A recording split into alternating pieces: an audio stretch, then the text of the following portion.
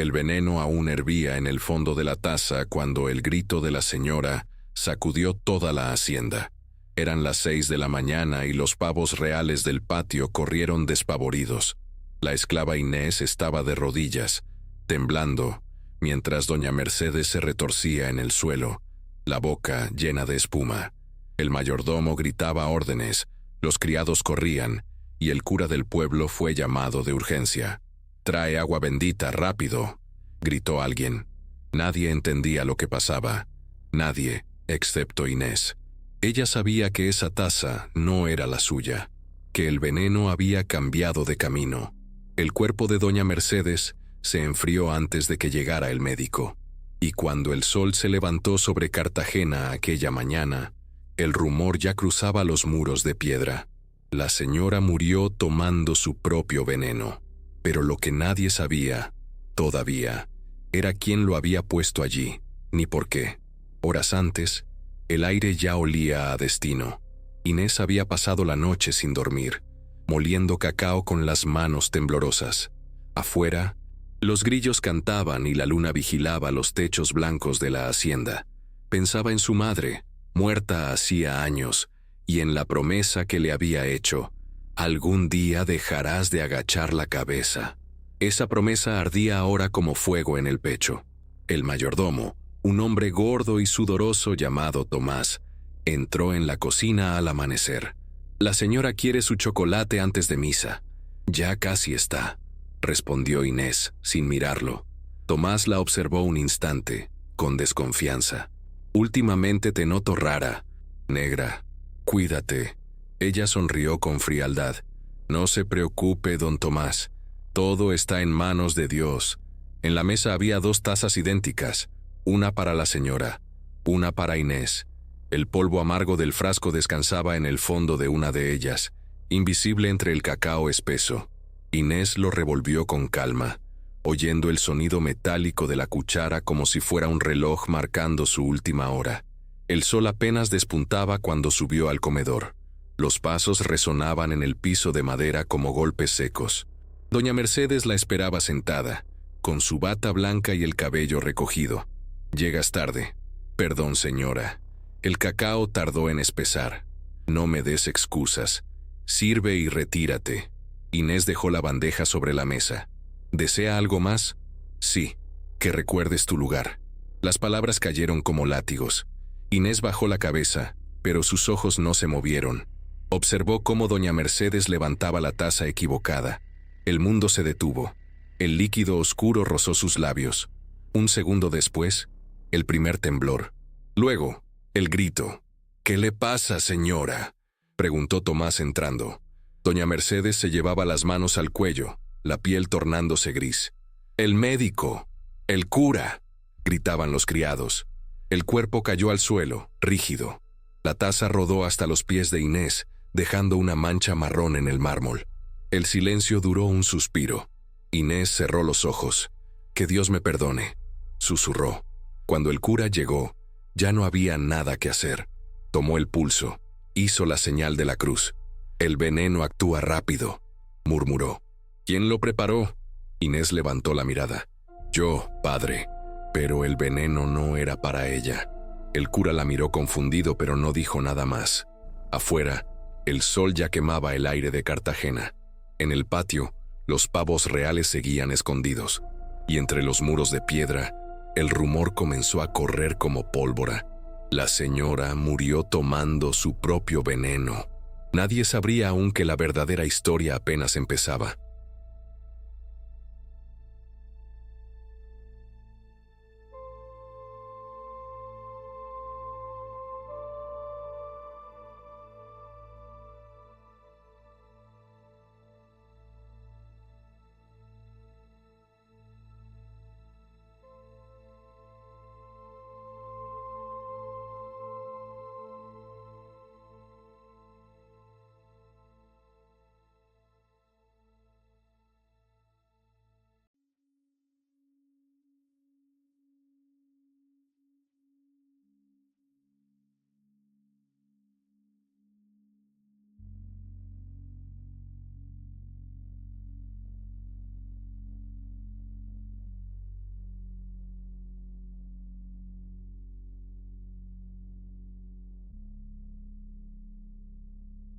Hola amigas y amigos, aquí está Carlos Mendoza, el narrador de Recuerdos de la Esclavitud.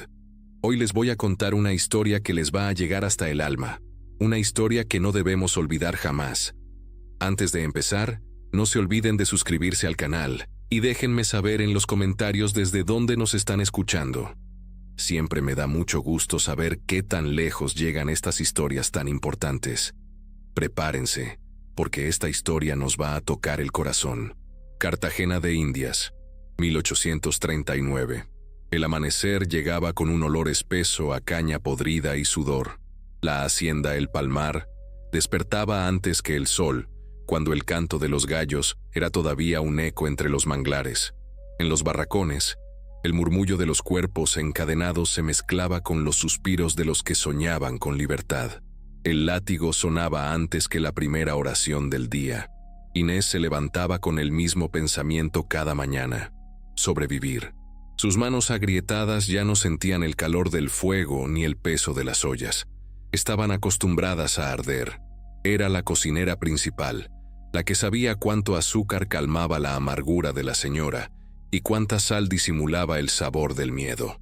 Nadie conocía la hacienda mejor que ella, ni los secretos que se escondían detrás de cada puerta. El mayordomo Tomás, un mulato traidor al que los esclavos llamaban el perro de la señora, rondaba el patio con su látigo enrollado en la cintura. Sonreía cuando alguien tropezaba. «Levántate, basura.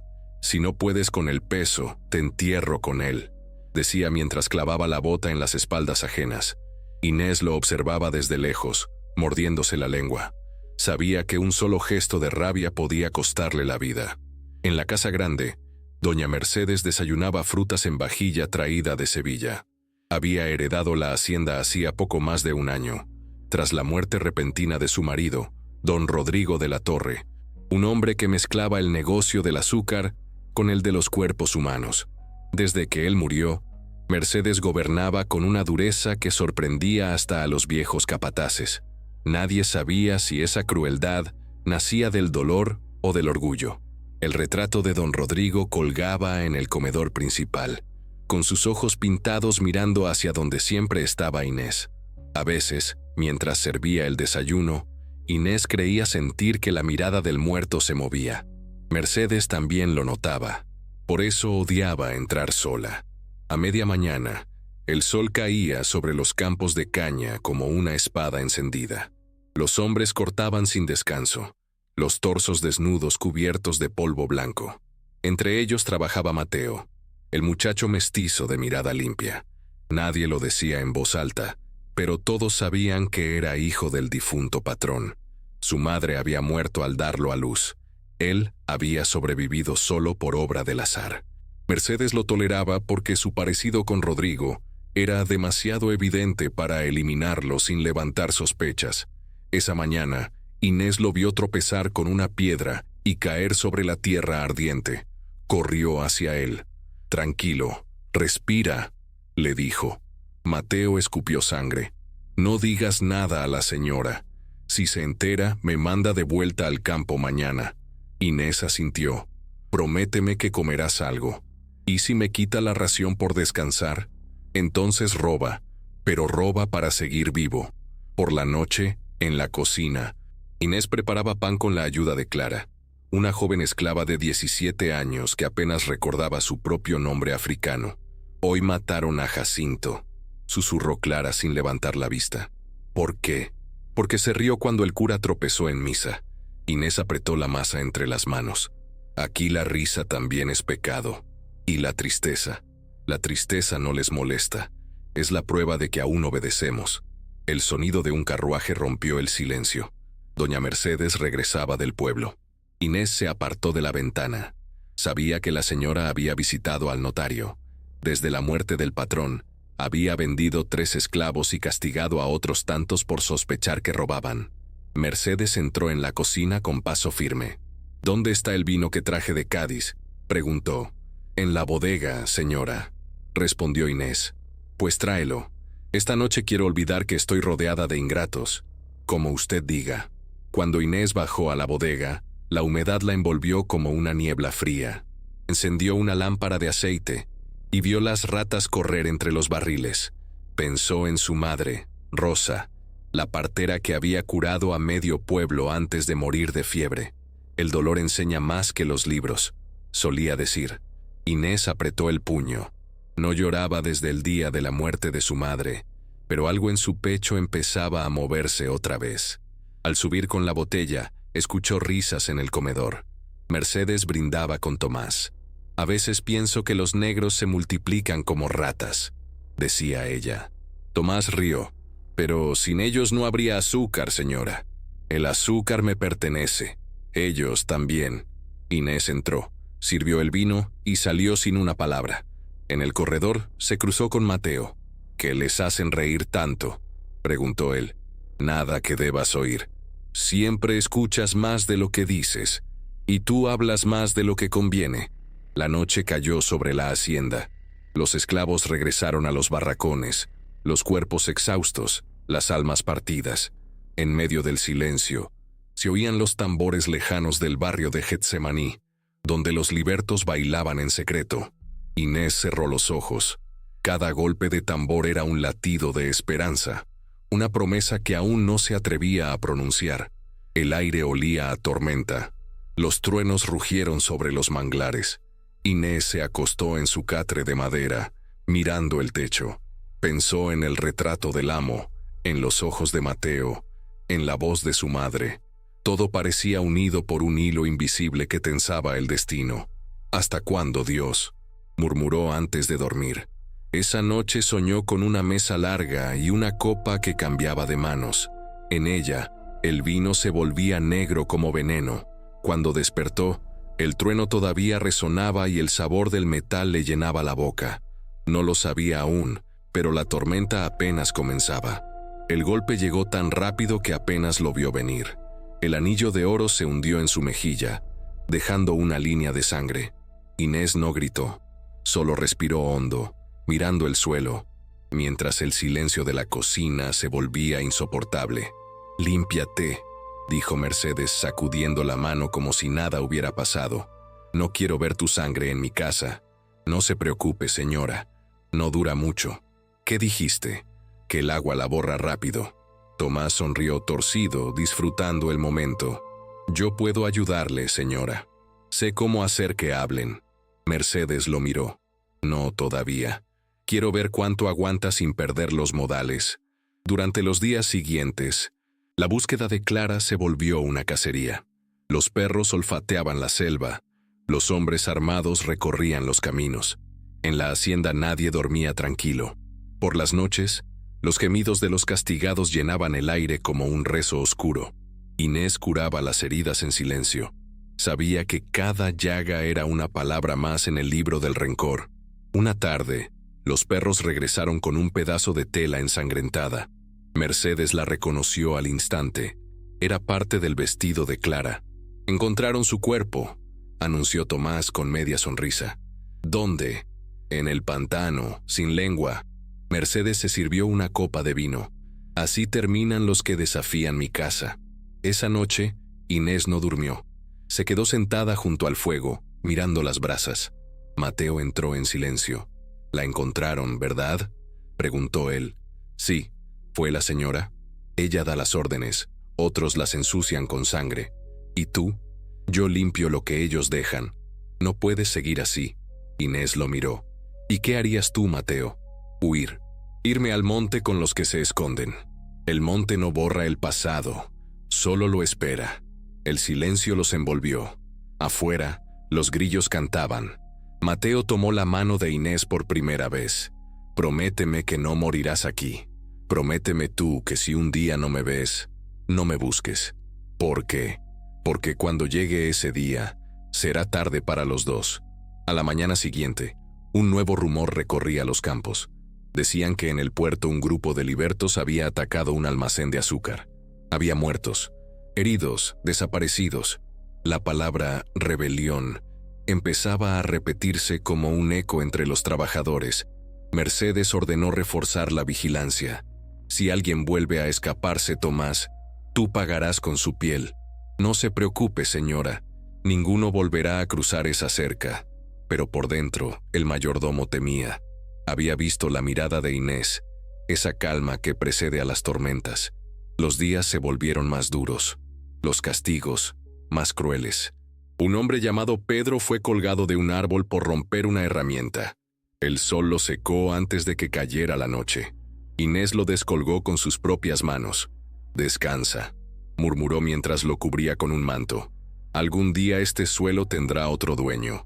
En la casa, Mercedes escribía cartas a sus parientes en Sevilla. «Los negros se vuelven insolentes», decía. «Empiezo a sospechar de todos». El papel se manchaba con vino. Su cordura se desgastaba con cada sorbo. A veces hablaba sola, otras reía sin motivo. Una tarde, Inés la sorprendió llorando frente al retrato de Rodrigo. «¿Necesita algo, señora?» «Sí, que me devuelvan mi vida. Eso no se compra con azúcar». «Cállate», gritó Mercedes, arrojando la copa contra el suelo. «¿Qué sabes tú del amor?» «Lo suficiente para no confundirlo con el poder». El golpe del látigo la alcanzó en la espalda. Cayó de rodillas, mordiéndose la lengua para no gritar. «Te voy a enseñar respeto», dijo Mercedes. Inés levantó la cabeza. «Y yo a usted. Justicia». Tomás la arrastró hasta los establos. La ató a un poste. 3 latigazos, 4, 5. El sonido del cuero reventando la piel se mezclaba con el ruido del viento. Cuando la dejaron sola, Mateo se acercó. «Déjame ayudarte». «No», susurró ella. «Si me curas, sospecharán. Si no me curas, pensarán que ya me morí». «No entiendo». «Aprenderás. La paciencia es el arma más lenta, pero la más segura». Pasaron días antes de que pudiera volver a caminar sin dolor. En ese tiempo, Mercedes enfermó. Fiebre, escalofríos, alucinaciones. Los médicos decían que era el clima. Inés sabía que era el odio. Lo veía consumirla, como fuego bajo la piel. Una noche, mientras la señora deliraba en su cama, Inés entró con un paño húmedo. «No te acerques», balbuceó Mercedes. «Eres tú. Tú lo traes contigo». «Solo traigo agua. El agua no limpia la culpa, ni el vino la entierra», respondió Inés. Mercedes la miró con los ojos vidriosos. «Si me matas, otros vendrán». «No pienso matarla», dijo Inés con calma. «Solo estoy esperando a que se mate sola». Cuando salió del cuarto, el aire de la hacienda era distinto. Los esclavos la observaban en silencio. Algo en su forma de andar, en la mirada que ya no temblaba, les hizo entender que algo estaba por cambiar. Mateo se le acercó al amanecer. «¿Qué hiciste?» «Nada», respondió ella. «Todavía nada». «Entonces, ¿por qué pareces tan tranquila?» «Porque el veneno ya está servido. Solo falta que lo pruebe». En el horizonte, el sol nacía rojo, como una herida abierta. Los tambores de Getsemaní resonaban a lo lejos, lentos, graves, como si el mismo mar los acompañara. Inés cerró los ojos. Cada sonido, cada golpe de tambor, era una cuenta atrás. El palmar amaneció en calma, pero el destino ya había empezado a moverse, y nadie, ni siquiera Dios, podría detenerlo. El amanecer llegó con una luz gris, sin canto de gallos, sin brisa. El palmar parecía contener la respiración. Inés despertó antes que todos. El dolor en la espalda ya no la dominaba. Era parte de ella, como una marca de nacimiento. Había pasado semanas observando, contando pasos, escuchando frases a medias. Cada día se acercaba un poco más al borde de lo inevitable. El cuerpo de Mateo ya no colgaba en la plaza. Lo habían enterrado detrás del molino, sin nombre. Mercedes había ordenado borrar su recuerdo, pero lo que no entendía era que el olvido no borra a los muertos, solo los transforma en testigos. Inés lo sabía. Cada vez que pasaba por el molino, sentía la presencia de Mateo detrás de ella, como un viento que empujaba hacia adelante. Durante las primeras horas, la hacienda parecía tranquila, pero Inés ya había empezado. Los frascos que guardaba con hierbas de su madre se habían multiplicado. En uno, semillas de ricino. En otro, raíz de mandrágora. En otro, la savia lechosa que usaba para curar heridas o para cerrarlas para siempre. Mezclaba con cuidado, anotando proporciones en un trozo de tela. La paciencia se volvió química. Manuel, el anciano, era su mensajero. Fingía limpiar establos, pero cada día llevaba una palabra a los libertos del puerto. «Es pronto», decía Inés. «Esperen la señal». Los hombres asentían y desaparecían entre los manglares. Uno de ellos, Silvano, le debía la vida a Inés desde hacía años, cuando ella le salvó la pierna de una infección. Ahora sería su aliado. En el puerto preparaba botes y escondía armas rudimentarias, machetes, garrotes, herramientas convertidas en justicia. Esa noche, mientras la luna se alzaba sobre los techos blancos, Inés se acercó a la casa grande. Caminó descalza, el suelo aún tibio del día. Desde la ventana vio a Mercedes dormida en su silla, un vaso de vino a medio vaciar en la mesa.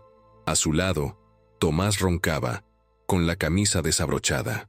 El retrato de Rodrigo los observaba en silencio. Inés se acercó hasta el marco de la ventana y dejó caer una gota de su mezcla sobre la copa.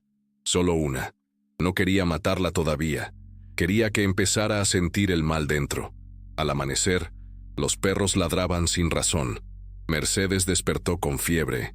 Su piel se erizaba y el estómago le quemaba. Tomás pidió al médico, pero Inés se adelantó. «Es el calor, señora», dijo. «Puedo prepararle una infusión». «Hazlo», murmuró Mercedes, débil, sin sospechar. La infusión calmó el ardor, pero no la pesadilla. Esa noche, Mercedes soñó con Mateo colgando y con Inés mirándola sin parpadear. Se despertó empapada en sudor. «¿Qué me está pasando?», le preguntó a Tomás. «Tal vez Dios la está mirando, señora». «Entonces que mire a otra parte», respondió temblando. Mientras tanto, en la cocina, Inés trazaba su plan con precisión. No se trataba solo de matar, se trataba de liberar. Cada paso debía parecer castigo divino, no venganza humana. Si morían todos los culpables al mismo tiempo, nadie creería que una esclava fue capaz. Creerían en fantasmas, en justicia del cielo, y eso era perfecto. Una tarde, llamó a Manuel y a Silvano. «Escuchen», dijo. «La señora planea vender 20 de nosotros al norte. Si lo hace, se pierde todo. No habrá regreso, no habrá nombres». «¿Cuándo?», preguntó Silvano. «En 2 noches, en la fiesta del santo. Habrá vino, música y descuido. Será entonces. ¿Y qué haremos? Les daremos la libertad que prometen en los rezos, pero a nuestra manera». Silvano sonrió sin dientes. «Eso suena a fuego y silencio», respondió ella. El día siguiente fue largo.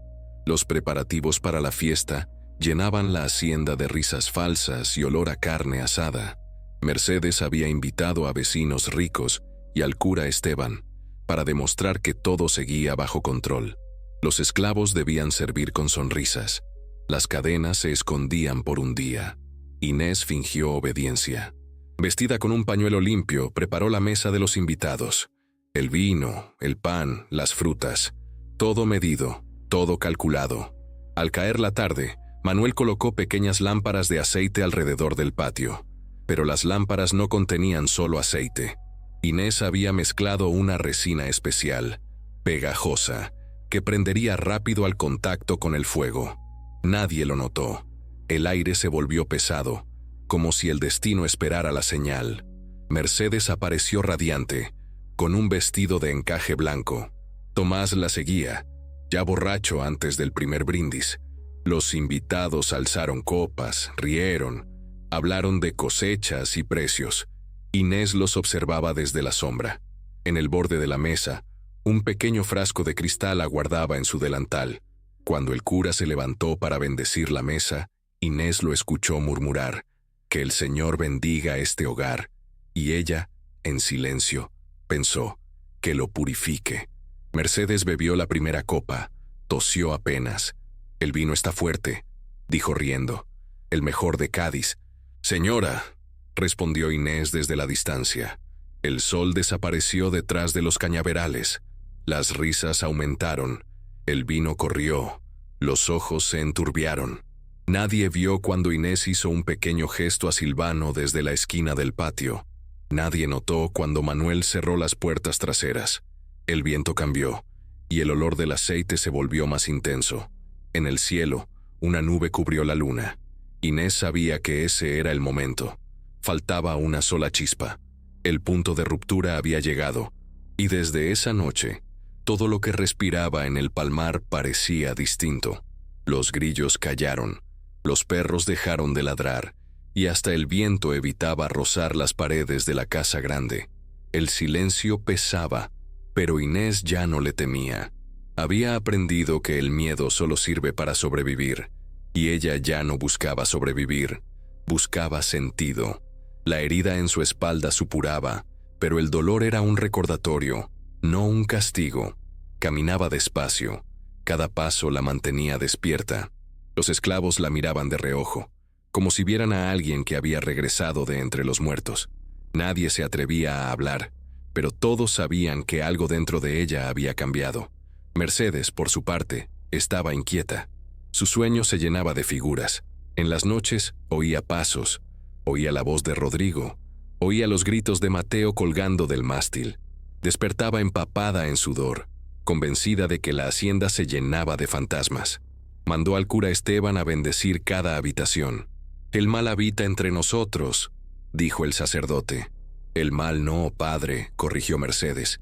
«La ingratitud». Inés escuchó eso desde la cocina y sonrió sin alegría.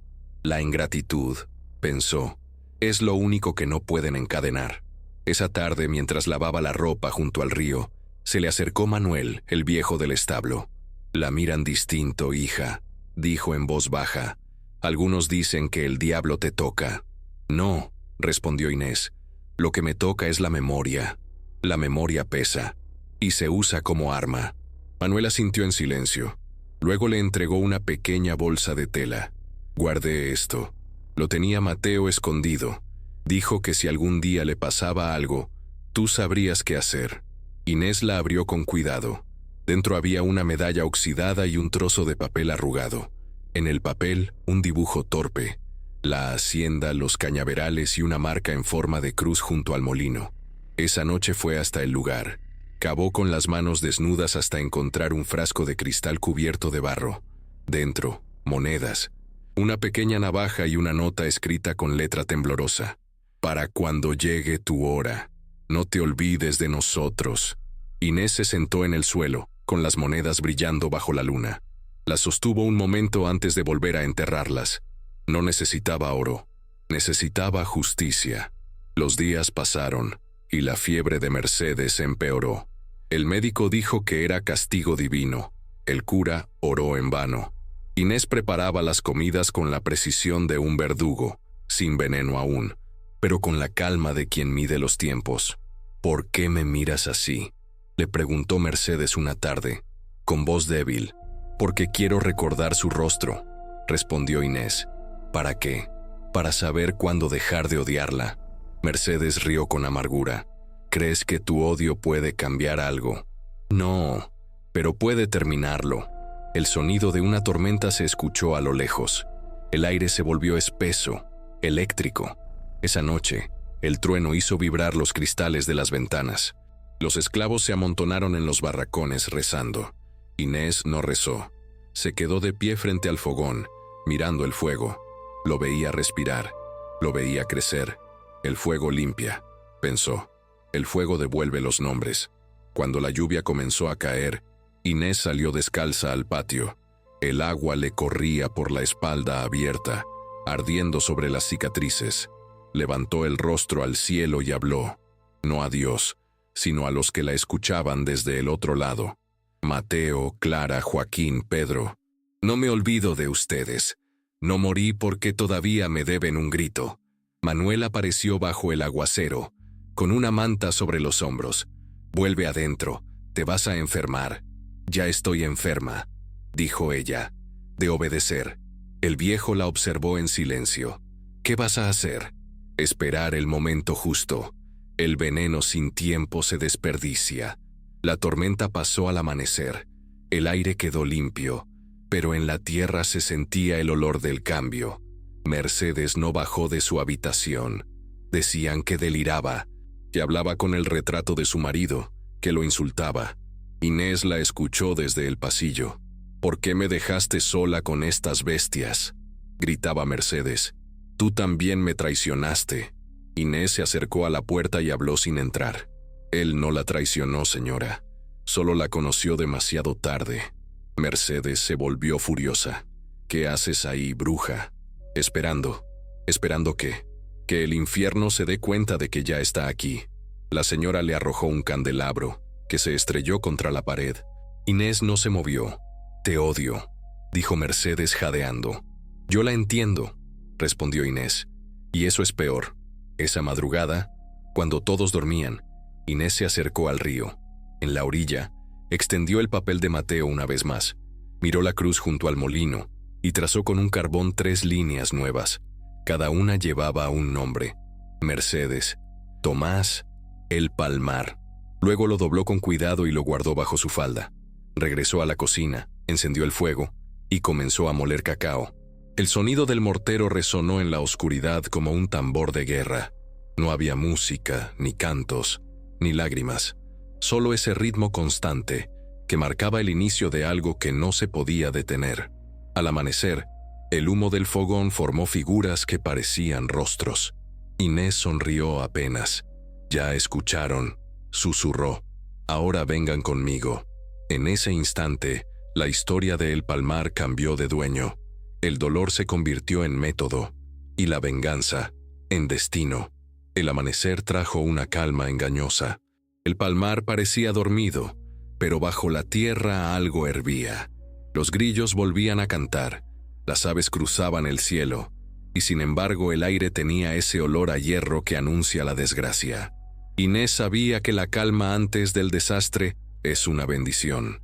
Da tiempo para afilar las ideas. Pasaron 3 días desde la tormenta. Mercedes no salía de su cuarto. Los sirvientes susurraban que hablaba sola, que a veces reía y a veces lloraba. Tomás, ahora dueño de las órdenes, aprovechaba para humillar a todos. Caminaba con el látigo en la mano como si fuera un cetro. «La señora está enferma», decía, «pero yo sigo siendo su voz. La suya suena más a perro que a amo», murmuró Inés una vez. Tomás giró la cabeza. «¿Qué dijiste?» «Nada. Los perros también se cansan de obedecer». Esa noche el mayordomo entró en la cocina. El vino lo había vuelto audaz. Cerró la puerta tras de sí. «Se acabó tu orgullo, negra. La señora no manda ya. Mando yo». Inés no respondió. Continuó moliendo maíz como si no lo oyera. «¿No me escuchas?», gritó él acercándose. Ella levantó la vista, tranquila.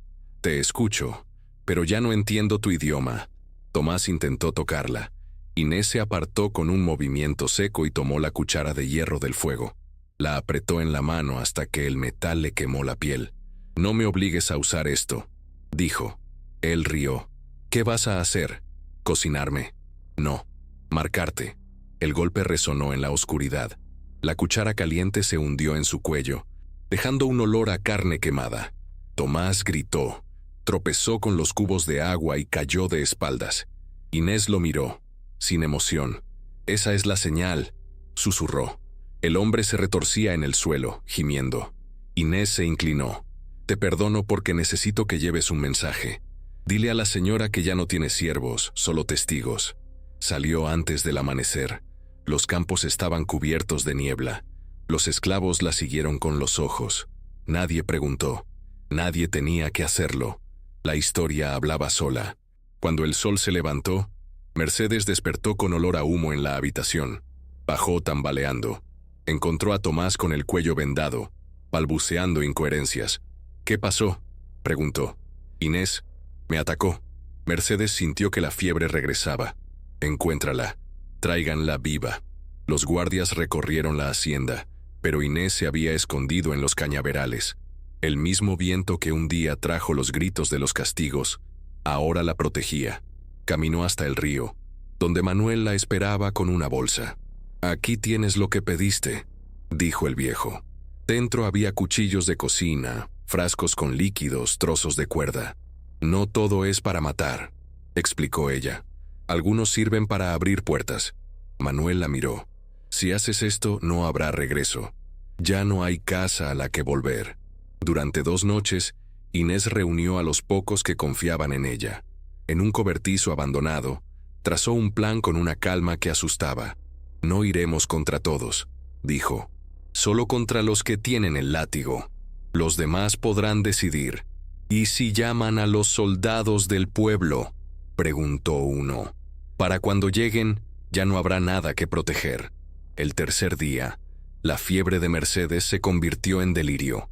Veía sombras moverse en los espejos, escuchaba voces detrás de las paredes. Pidió que la llevaran a la capilla de la hacienda. «Quiero rezar», dijo sudando. «Quiero que Dios vea que sigo siendo su hija». El cura Esteban la acompañó nervioso. Inés los vio pasar desde la distancia. «Dios ya no te escucha», pensó. Esa noche el río creció con la lluvia. Los truenos golpeaban el cielo, los cañaverales se doblaban. En el barracón los esclavos esperaban en silencio.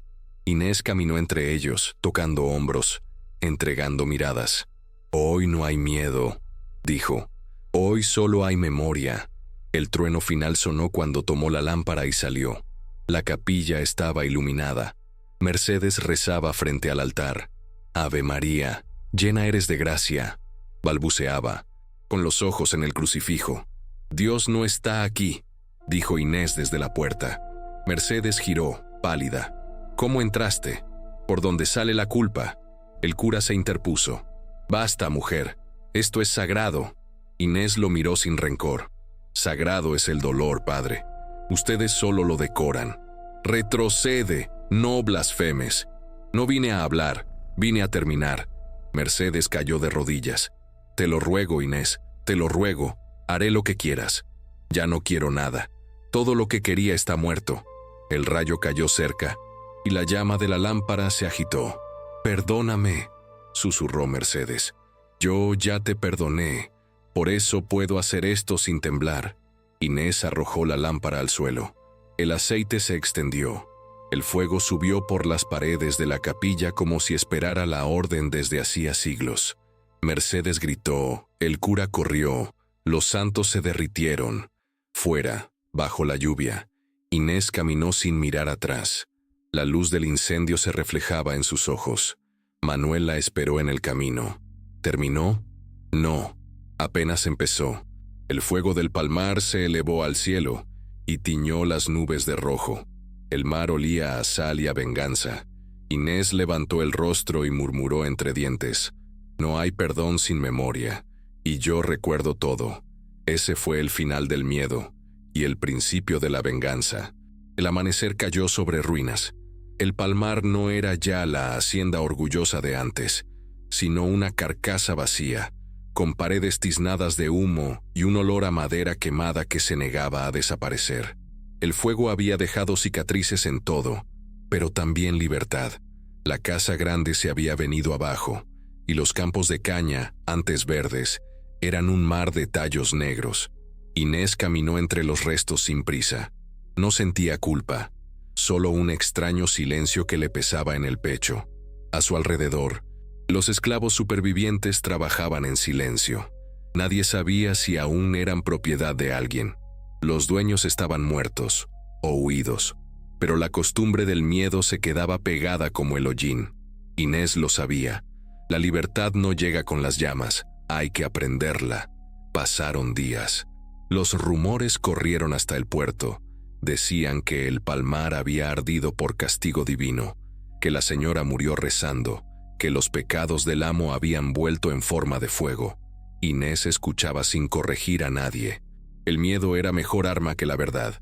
El padre Esteban volvió a aparecer temblando. La iglesia de Cartagena lo había enviado para bendecir las ruinas. Llegó al amanecer, con sotana nueva y voz ensayada. «Hija», el pueblo murmura, «dicen que viste lo que pasó». «Vi lo que merecían ver», respondió ella. «Debes hablar, si no, pensarán que fuiste tú». «¿Y qué diferencia haría?», preguntó Inés con calma. El cura se persignó. «Hay justicia en el cielo. La busqué allí muchos años». No contestó. El sacerdote se fue, dejando el eco de sus pasos entre los muros. Inés sabía que volvería con soldados. El poder siempre regresa disfrazado de perdón. Por eso tenía que moverse antes. Esa misma noche reunió a los suyos en lo que quedaba del establo. Silvano, Manuel, 2 mujeres del campo y un muchacho nuevo que apenas hablaba. «No se trata de huir», dijo ella. «Se trata de no volver a agachar la cabeza». «¿Y cómo lo haremos?», preguntó Silvano. «Con memoria y con precisión». Desplegó sobre la mesa un trozo de pergamino quemado. El mapa de la hacienda. «Aquí», señaló, «está el pozo. Aún sirve. Aquí, el molino viejo, donde enterré lo que Mateo dejó. Y aquí», golpeó con el dedo, «la bodega de los de la torre. Ahí guardan los registros de venta, los nombres de los que compran cuerpos». «¿Y qué quieres hacer con eso?», preguntó Manuel. «Quemarlos. Si borramos sus nombres, ellos también mueren». Los demás se miraron. No sabían si hablar. Por fin, la mujer más joven, Lucía, levantó la voz. «Y después construiremos lo nuestro. Una casa donde los niños aprendan antes de que los vendan. Un lugar con nombre propio». Esa idea encendió algo en todos. No era solo venganza, era propósito.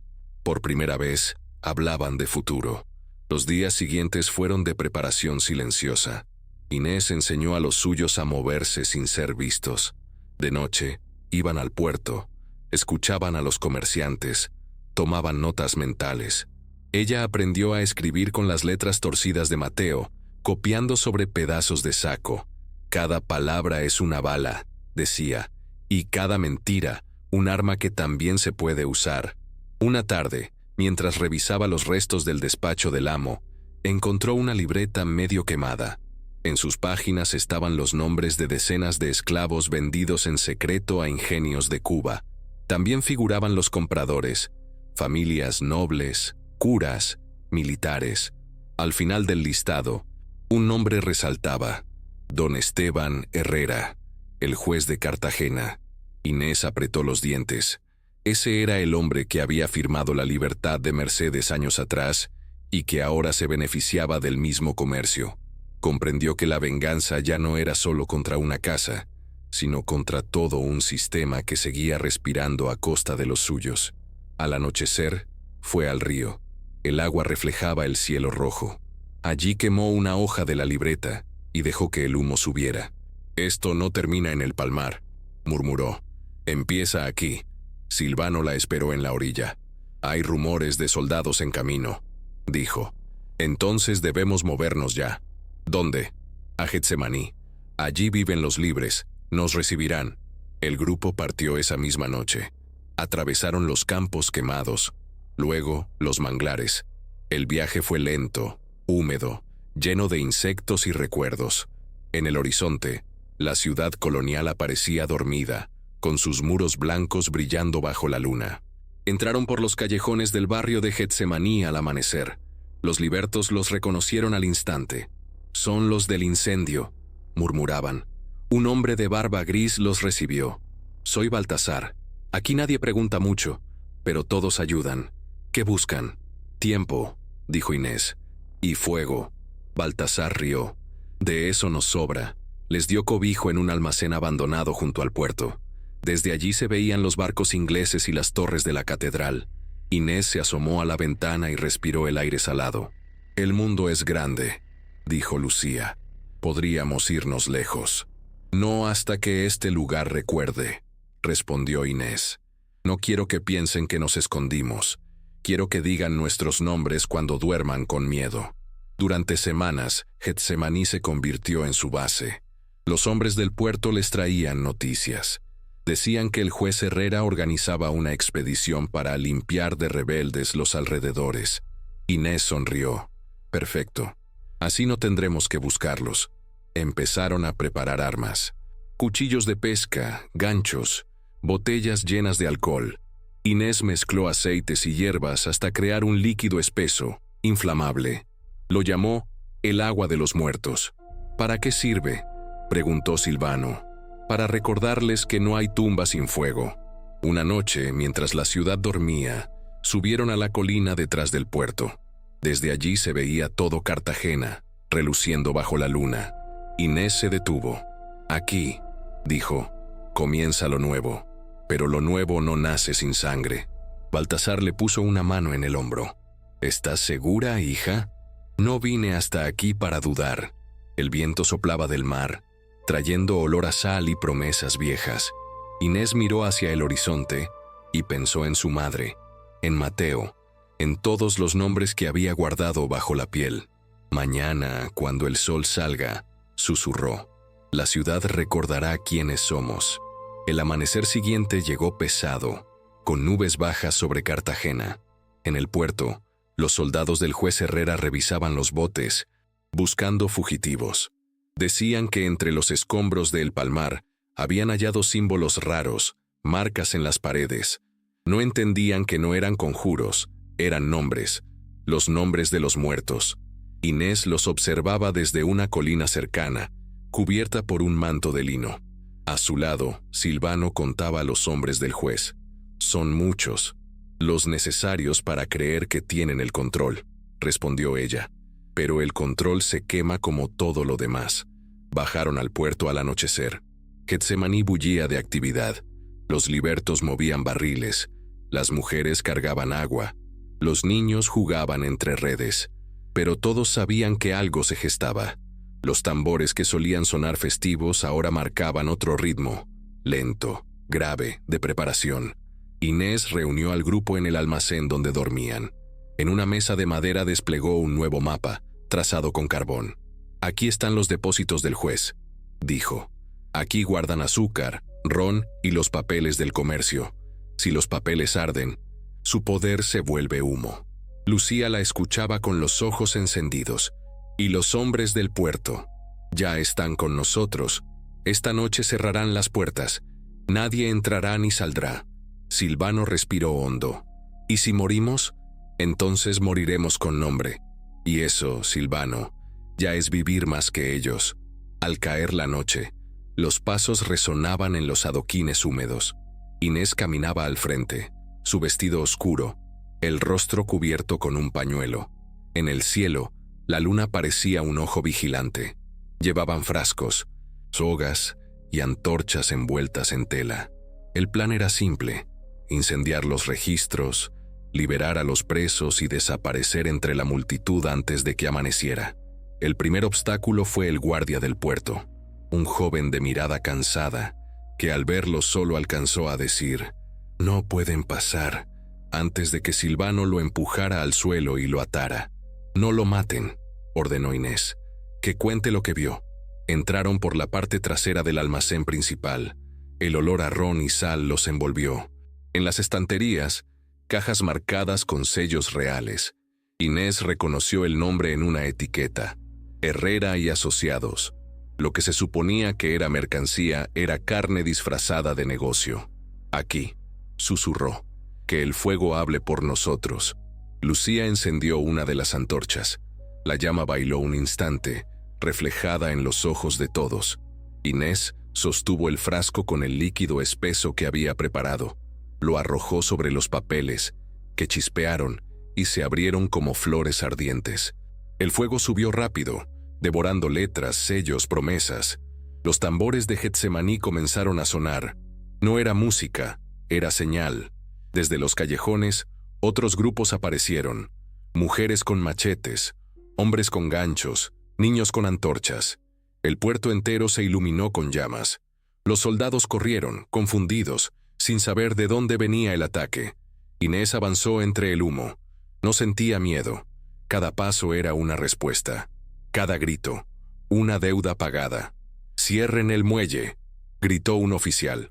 «A los cañones», ordenó otro. Pero era tarde. El fuego ya había alcanzado las barcas, y el ron en los barriles explotaba con fuerza. El juez Herrera apareció en medio del caos, protegido por dos hombres. «Deténganla», gritó al verla. Inés lo reconoció al instante, el hombre que firmaba la venta de su gente. Se acercó despacio, esquivando cuerpos y humo. «¿Me recuerdas, señor?», dijo con voz firme. «¿Quién eres?», tosió él. «La que llenó tus papeles de fuego». El juez trató de sacar su pistola, pero Inés ya estaba encima. Le arrojó en la cara el contenido de un frasco. El líquido ardió al contacto con el aire. «Eso es justicia», susurró. «No divina, humana». Los hombres del juez corrieron. Herrera cayó al suelo gritando, mientras su piel se volvía ceniza. Nadie se acercó a ayudarlo. Todos miraban a Inés, que permanecía inmóvil, respirando el humo como si fuera aire nuevo. El fuego se extendió hasta el muelle. Las llamas pintaban el mar de rojo. En la distancia, se oían campanas, pero nadie las escuchaba realmente. Era el sonido del final de una era. Silvano apareció, cubierto de hollín. «Tenemos que irnos. Vienen más soldados». Inés asintió. «Que el fuego quede. Nosotros solo pasamos». El grupo se dispersó entre los callejones. Los libertos abrieron las puertas de los almacenes, soltando a los prisioneros. Los gritos se mezclaron con los tambores. Las sombras corrían por las calles, libres por primera vez. Inés llegó al borde del puerto y se detuvo. Miró el reflejo del fuego sobre el agua. Lucía se acercó. «Y ahora esperaremos a que el miedo haga su trabajo». El viento soplaba fuerte, llevando el humo hacia la ciudad alta, hacia las casas de los ricos. Pronto sabrían que el infierno que siempre temieron ya caminaba entre ellos. Inés se quitó el pañuelo y dejó que el aire le acariciara el rostro. «La justicia no se esconde», dijo.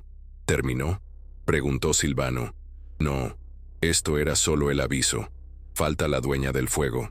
Todos entendieron que hablaba de sí misma, porque la venganza aún tenía un nombre pendiente, el suyo. Mientras se alejaban, los tambores seguían sonando. No celebraban la victoria, sino la memoria, y en el humo que se elevaba del puerto, parecía que los rostros de los muertos sonreían por fin. La ciudad amaneció cubierta de humo. Desde las murallas, los ricos observaban el puerto arder sin entender si era castigo o guerra. Los soldados del juez habían desaparecido entre las llamas, y los rumores se esparcían más rápido que el fuego. Los esclavos de El Palmar se levantaron. La bruja del cacao los guía. Inés no era bruja. Era el resultado de todos los silencios. En los callejones de Getsemaní, su nombre corría como un rezo prohibido. Algunos decían que había muerto en el incendio. Otros juraban haberla visto caminar sobre el fuego. Ella no corregía a nadie. Dejó que el mito creciera. A veces, el miedo era mejor aliado que las armas. Durante días se escondieron en las casas de los libertos. Manuel estaba herido en el brazo. Lucía tenía fiebre. Silvano apenas dormía. Inés los cuidaba en silencio, moliendo hierbas y limpiando heridas. «¿Y ahora qué hacemos?», preguntó Silvano una noche. «Ya no queda juez, ni hacienda, ni amos. Todavía queda lo que los sostiene», respondió ella. «El miedo. Mientras tengan miedo de perder su poder, seguirán matando». Esa misma noche, escucharon tambores en la distancia. No eran los de ellos. Eran soldados. La respuesta del gobierno no se hizo esperar. Venían desde el norte con banderas y fusiles, diciendo que traían paz. Pero la paz de los poderosos siempre llega después de la sangre. Inés reunió al grupo. «No vamos a pelear como ellos», dijo. «No tenemos armas ni ejército, tenemos memoria». «¿Y de qué sirve la memoria contra las balas?», preguntó Lucía. «Sirve para que no olviden por qué disparamos». Mientras el ejército entraba por la puerta principal de la ciudad, Inés y los suyos se movieron por las alcantarillas. Baltasar, el viejo barquero, los guió con una lámpara. «El túnel sale al convento abandonado», susurró. «Nadie busca ahí desde hace años». «Perfecto», dijo Inés. «Allí esperaremos el amanecer». El convento estaba cubierto de polvo y silencio. En el altar quedaban restos de cera y una cruz rota. Inés encendió una vela y la colocó frente al Cristo descascarado. «No vengo a rezar», dijo en voz baja. «Vengo a hacer lo que tú no hiciste». Fuera, se escuchaban disparos. Los soldados empezaban a tomar Getsemaní, pero el pueblo no se rindió. Las mujeres lanzaban agua hirviendo desde los balcones. Los niños gritaban «¡Viva la libertad!» mientras corrían por las calles. Cada esquina era una trinchera improvisada. Silvano se acercó corriendo. «Están rodeando el barrio», Si nos quedamos, nos matan. Inés lo miró. Entonces que vean cómo mueren los fantasmas. Subió al campanario del convento. Desde allí vio la ciudad entera, las cúpulas doradas, el mar, el humo que aún salía del puerto. En el horizonte, una línea roja marcaba el amanecer. Sacó de su bolso el último frasco de agua de los muertos. Lo agitó entre las manos, lo sostuvo frente al sol naciente. Por Mateo, susurró, por Clara, por todos los que no tuvieron voz. Arrojó el frasco hacia la plaza central. La explosión no fue grande, pero sí suficiente para encender los carros de pólvora de los soldados. En segundos, el fuego se multiplicó. Los cañones estallaron antes de ser disparados. El pánico se extendió como un animal suelto. El ejército retrocedió. El barrio, sin plan previo, se levantó en un rugido. Los libertos atacaron desde las sombras. Los soldados huyeron entre gritos. Getsemaní ardía otra vez, pero esta vez el fuego no quemaba esclavos, los liberaba. Lucía subió al campanario jadeando. «Inés, vienen por ti». Ya me encontraron. Los soldados rompieron la puerta del convento. Inés los esperó en el altar con la lámpara encendida en la mano. «¿Dónde está la bruja?», gritó el capitán. «Aquí, pero ya no queda nada que quemar». Dispararon. El estruendo retumbó en las paredes. La lámpara cayó, el aceite se derramó, y el fuego volvió a subir. Los hombres retrocedieron cegados por el humo. Inés desapareció entre las llamas. Nadie la vio morir. Días después, el fuego se apagó y el ejército abandonó la ciudad. No quedaban cuerpos, solo ruinas y rumores. En el puerto, alguien juró haber visto a una mujer caminando hacia el mar al amanecer, descalza, con una cicatriz en la espalda y una vela encendida en la mano. Semanas después, los niños del barrio encontraron una tabla quemada flotando en el agua. Tenía grabadas 3 palabras con hierro: «El palmar vive». El juez, los amos y los nombres de los poderosos quedaron borrados de los registros, pero el de Inés se volvió leyenda. Las madres lo susurraban para espantar el miedo. Los libertos lo decían antes de dormir, porque desde esa noche nadie volvió a dormir tranquilo en Cartagena. Y cada vez que el viento soplaba con olor a cacao y ceniza, todos sabían que Inés aún caminaba entre ellos. El amanecer después del fuego fue distinto. El aire olía a sal y a madera quemada, pero también a algo nuevo, desconocido. En los muros de Cartagena, el hollín formaba sombras que parecían rostros. Las campanas no sonaban. Las iglesias estaban cerradas. El puerto seguía cubierto de ceniza. Nadie sabía quién gobernaba. Nadie sabía qué quedaba de la ciudad. Pero todos murmuraban un solo nombre: Inés. Los soldados habían partido. Los ricos se escondían en sus casas, con las ventanas tapiadas. En las calles, las mujeres del mercado caminaban en silencio, dejando flores secas donde el fuego había pasado.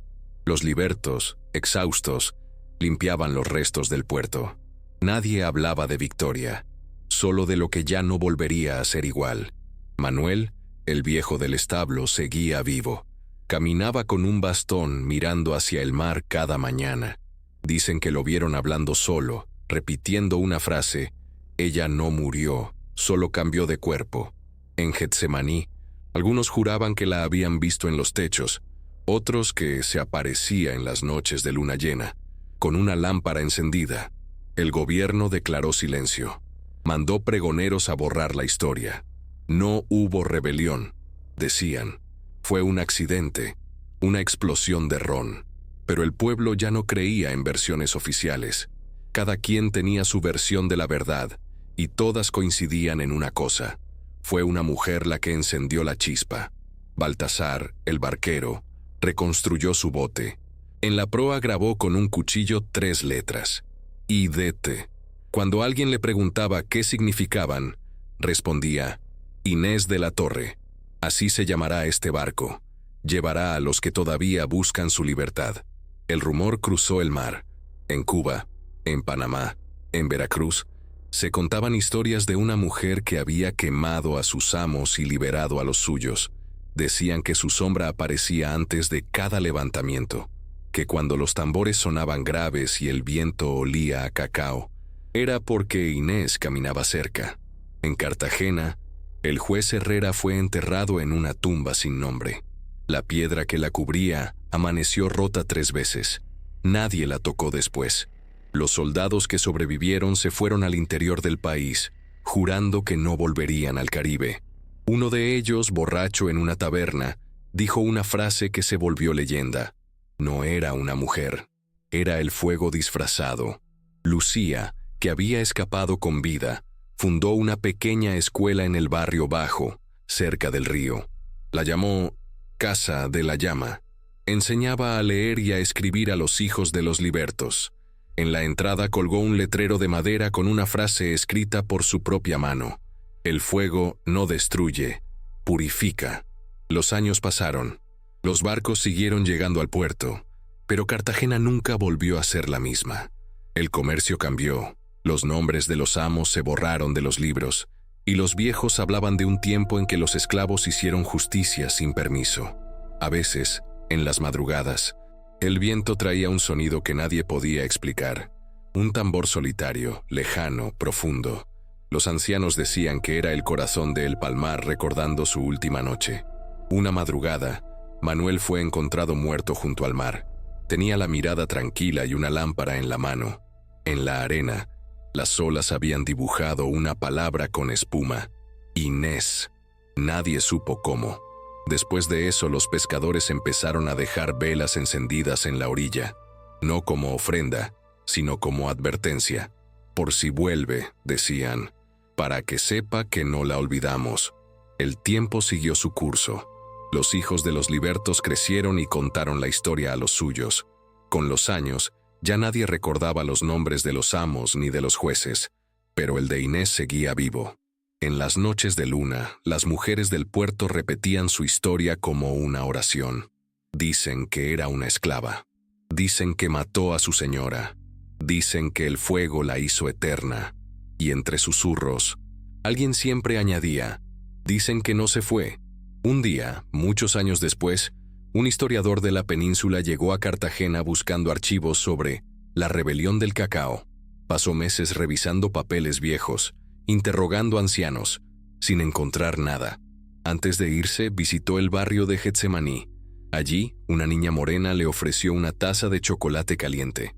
¿Cómo te llamas, pequeña?, preguntó el hombre. La niña sonrió. Inés. El hombre se quedó helado. Inés, ¿cómo? De la torre, respondió ella, y se alejó corriendo entre las casas. Esa noche, el historiador no pudo dormir. En su ventana, el viento soplaba con olor a cacao y ceniza. En la ciudad vieja, las campanas volvieron a sonar por primera vez en años. Nadie las tocó. Algunos dijeron que fue el viento, otros que fue ella. Esa misma noche, el viento cambió de dirección. Desde el mar llegó una bruma espesa que cubrió toda Cartagena. Las calles quedaron desiertas, las antorchas se apagaron una por una. Solo en Getsemaní hubo luz. Las lámparas frente a la Casa de la Llama ardían sin consumir aceite. Lucía despertó con el presentimiento de que algo se acercaba. Salió al patio con la lámpara en la mano. El aire olía a cacao y humo, el mismo olor de aquella noche en el Palmar. Se detuvo frente al río y escuchó un tambor lejano. 3 golpes, una pausa, otros 3. Era la señal que Inés solía usar cuando el peligro rondaba. ¿Eres tú?, susurró Lucía. El viento respondió con un silbido suave, como un suspiro. Al amanecer, los niños encontraron sobre la puerta de la escuela un símbolo grabado, una espiral con una línea en el centro. Ninguno sabía su significado, pero Manuel solía decir que era la marca que Inés dejaba en los lugares donde la libertad había nacido. Desde ese día, los niños comenzaron a dibujar la espiral en los muros del barrio. Los ricos lo tomaron como superstición, los pobres como promesa. Con los años, la historia se convirtió en mito. Los viajeros contaban que en el Caribe existía una maldición. Cada vez que un amo levantaba el látigo sobre un esclavo, su casa ardía poco después. Algunos dijeron que era el espíritu de Inés, otros que eran las hijas de las mujeres que ella había liberado. Un capitán español que pasó por la ciudad en 1855 escribió en su diario: «Aquí el pueblo no teme a Dios, teme al fuego», y lo llaman Inés. Las autoridades intentaron borrar la leyenda, quemaron libros, prohibieron el nombre en los registros de nacimiento, y aún así, cada generación traía una nueva Inés, una que cocinaba, una que curaba, otra que escribía, como si el nombre fuera una semilla que nunca dejaba de germinar.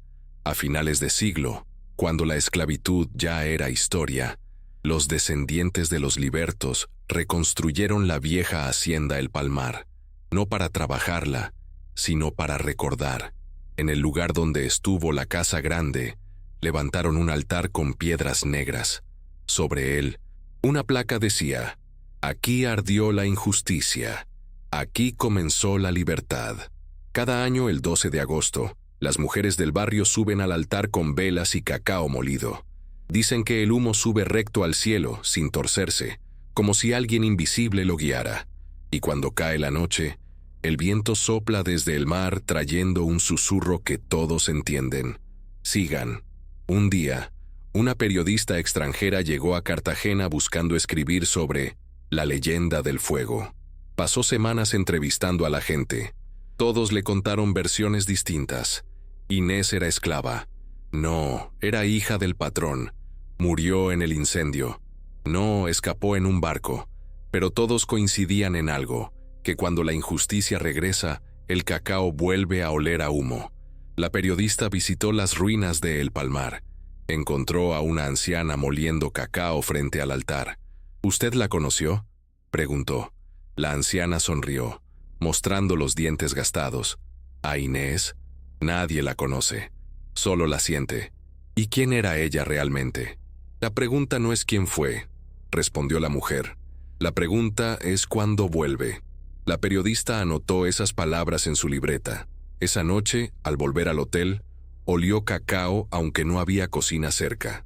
Salió al balcón y vio una luz lejana moviéndose entre los cañaverales. Una figura femenina, caminando hacia el mar, con una lámpara en la mano. El viento trajo un murmullo que pareció una voz. No era grito, ni canto, ni llanto. Era promesa. El fuego no se apaga, se hereda. A la mañana siguiente, la periodista abandonó la ciudad sin escribir una sola línea. En su maleta, guardó solo una cosa: un puñado de cacao.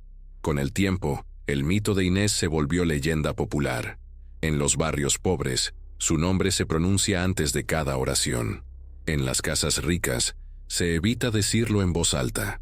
Algunos aseguran que cuando alguien pronuncia Inés de la Torre, cerca del fuego, la llama crece, como si saludara.